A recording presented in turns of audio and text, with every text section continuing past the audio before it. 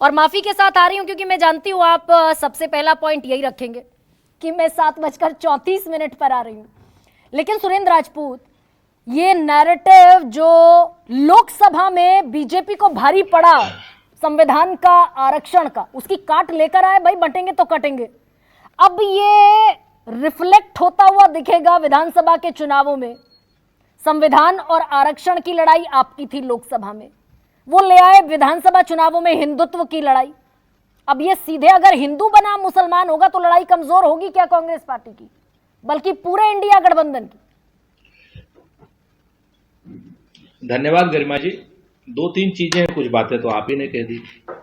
मैं आपको कुछ चीजें बड़े फैक्चुअल फैक्ट्स बता रहा हूं कि इन लोगों का ये नारा क्यों है।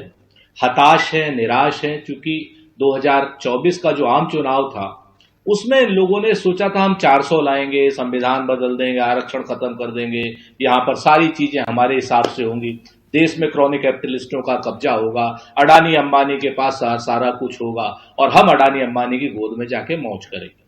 लेकिन नहीं हो पाए। तब इनको क्या हुआ, तब ये चुनावी हिंदू बन गए दोबारा से। अब चुनावी हिंदू कैसे बनेंगे?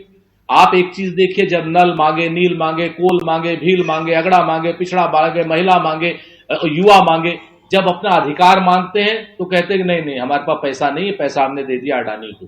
जब हम संसाधन मांगे, इतने लोग नल नील कोल भील अगला पिछड़ा सब संसाधन मांगते हैं, तब ये सारे संसाधन अडानी को। लेकिन जब इनको चुनाव में वोट लेने होते हैं तब कटेंगे, बटेंगे, छटेंगे, ये करेंगे, वो करेंगे, एक हो जाओ, नेक हो जाओ, सारी चीजें, जाति में मत बटो। कभी कि योगी जी का, मोदी जी का, भागवत जी का या इनके किसी एक आदमी का भी बयान दिखा दीजिए जिसमें उन्होंने जाति के अलावा यह भी कहा हो कि धर्म के नाम पर भी बटेंगे तो कटेंगे।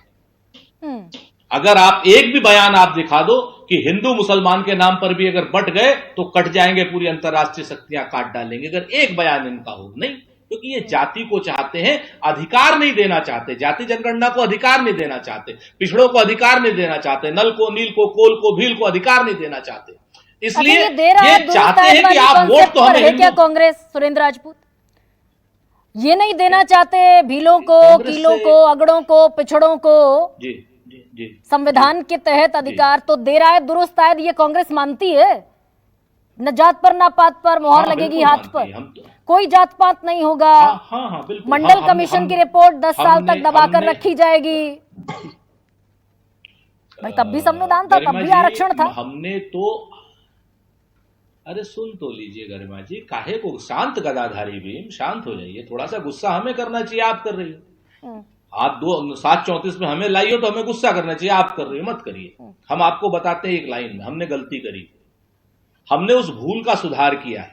राहुल गांधी जी ने कांग्रेस पार्टी की उस ऐतिहासिक भूल का सुधार किया है जिसमें जात पर नापात पर मोहर लगेगी हाथ पर, ये सारी चीजें बिल्कुल, जब तक हम संसाधनों पर हम और इनकी तरीके से क्रॉनिक कैपिटलिस्ट को लाते भी नहीं थे। हमने किसी अडानी अंबानी के लिए देश नहीं चलाया। देश में अडानी और अंबानी हमारे लिए काम करते थे, यानी देश के लिए काम करते थे। पहली ये सरकार है जो सरकार अडानी और अंबानी की सेल्स एजेंट के रूप में विदेशों में जाती है, चाहे वो तंजानिया में जाती हो, बांग्लादेश में जाती हो और चाहे श्रीलंका में जाती हो। कभी ऐसा क्रॉनिक कैपिटलिस्ट का विकराल रूप आपने पहले नहीं देखा होगा। हाँ, उसके बाद भी हम इस बात को कहते हैं कि जाति जनगणना न होना हमारी चूक थी, भूल थी, और इस बात की, इस भूल के को हमने सुधार करने के लिए हमने आगे किया। और ये बात मैं एक बार पहले भी कह चुका हूं। लेकिन जब सुरेंद्र, अब ये लोग इस चीज को कह क्यों रहे हैं? ठीक है, लेकिन सुरेंद्र जी, अगर अखिलेश यादव कहेंगे जुड़ेंगे तो जीतेंगे, तो बिखराव की स्थिति तो पहले जिन लोगों को जुड़कर जीतना है आपके गठबंधन में दिखती है। न महाराष्ट्र में जुड़े, न हरियाणा में जुड़े, न उत्तर प्रदेश में जुड़े। तो अब आपको ये लगता है, आपको लगता है हम तो महाराष्ट्र में पूरे जुड़ करके काम कर रहे हैं, हम तो झारखंड में पूरा जुड़ के काम कर रहे हैं, हरियाणा में मान लीजिए कि अगर हम नहीं जुड़े थे तो हमने खता खाई, क्या नाम, जम्मू कश्मीर में हम जुड़े थे, हम जीत गए। उत्तर प्रदेश में 9 सीटों पर समाजवादी पार्टी के प्रत्याशी, महाराष्ट्र में 7 सीटों पर अबू आजमी ने प्रत्याशी खड़े कर दिए। बड़ा मसला है आपके साथ। आप तो क्या नाम, एक चीज तो देखिए, कांग्रेस पार्टी के साथ इंडिया गठबंधन, कांग्रेस का एक एक नेता, अजय राय, अविनाश पांडे सहित जो हमारे प्रभारी हैं, सारे कह रहे हैं कि 9 की 9 सीटें इंडिया गठबंधन लड़ रहा है। सिंबल समाजवादी पार्टी का, उसमें भी किसी भारतीय जनता पार्टी और उनके साथियों के पेट में दर्द हो रहा है। अखिलेश यादव जी महाराष्ट्र में कह रहे हैं, अबू आसिम आजमी महाराष्ट्र में कह रहे हैं कि अब 2 सीटों पर अपने सिंबल पर चुनाव लड़ रहे हैं, बाकी हमारे कुछ साथियों को अन्य सिंबलों पर चुनाव मिला, लड़ने के लिए मिला है, और पूरा इंडिया गठबंधन महाविकास अघाड़ी के साथ खड़ा है, तब भी हमारे साथियों को पेट में दर्द हो रहा है।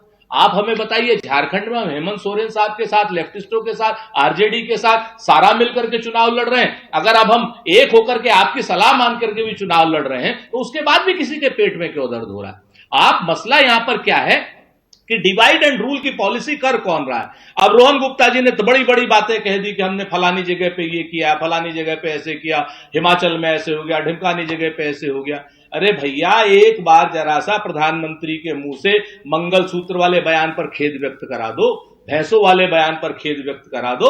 आप अगर एक क्या नाम, सबसे बड़ी बात है कि जहां आपको चुनाव आता है, चुनाव के बाद आप कहोगे कि योजनाएं तो आपके क्या नाम घर वाले भी नहीं, आपके पुरखे भी नहीं ये कर सकते कि संविधान में दी हुई योजना जो ए.के. वाजपेयी कह रहे थे सबको मिली, तो ए.के. वाजपेयी ये आपका रोल नहीं है ना, नरेंद्र मोदी का रोल है, ये देश में हमारे संविधान का रोल है। और छाती ठोक के कहते हैं कोई माइका लाल संविधान प्रदत्त योजनाओं में डिस्क्रिपेंसी नहीं कर सकता, उसको सत्ता से हटा देंगे। और क्या लेकिन जिस तरीके की भाषा का आप लोग प्रयोग करते हो। हाँ सुरेंद्र जी, अभी 2 बल्कि तीनों ने, रोहन गुप्ता ने कहा देश संविधान से चलेगा, नीरज जी ने ताल ठोककर कहा देश संविधान से चलेगा, ए.के. वाजपेयी ने कहा देश संविधान से चलेगा, डिवाइसिव पॉलिटिक्स वाले बयान सामने आते हैं। तो विजय जी,